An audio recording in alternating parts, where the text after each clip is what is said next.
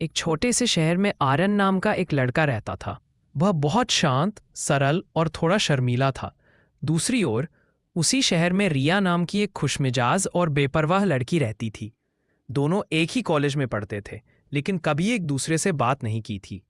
पहली मुलाकात एक दिन तेज बारिश हो रही थी। आर्यन अपनी किताबें बचाते हुए कॉलेज से बाहर निकला। तभी उसने देखा कि बस स्टॉप पर एक लड़की खड़ी है। छतरी फट चुकी थी, हाथ भीग गए थे और हल्की घबराहट चेहरे पर थी। वह रिया थी। आर्यन झिझकते हुए बोला, अगर चाहें तो आप मेरी छतरी में आ सकती हैं।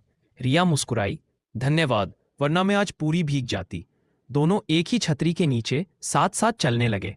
बारिश की बूंदें गिर रही थी, हवा ठंडी थी और पहली बार उन्होंने एक दूसरे की आंखों में झिलमिलाहट देखी। धीरे धीरे बढ़ती दोस्ती। उस दिन के बाद वे अक्सर मिलने लगे, कभी लाइब्रेरी में, कभी कैंटीन में, कभी रास्ते में। रिया को आर्यन की शांति पसंद थी। आर्यन को रिया की हंसी, उनकी बातें हर दिन लंबी होती चली गईं। दोनों को एहसास होने लगा कि यह दोस्ती कुछ और बन रही है। एक छोटा सा झगड़ा एक दिन किसी गलतफहमी की वजह से दोनों में हल्का सा झगड़ा हो गया। कुछ दिन तक बात नहीं हुई। दोनों एक दूसरे को मिस कर रहे थे, पर किसी ने पहले बात करने की हिम्मत नहीं की। एक शाम रिया कॉलेज गेट पर अकेली बैठी थी। आर्यन धीरे धीरे उसके पास आया और बोला, मुझे तुमसे नाराज रहकर अच्छा नहीं लगता। रिया की आंखें नम हो गईं। मुझे भी।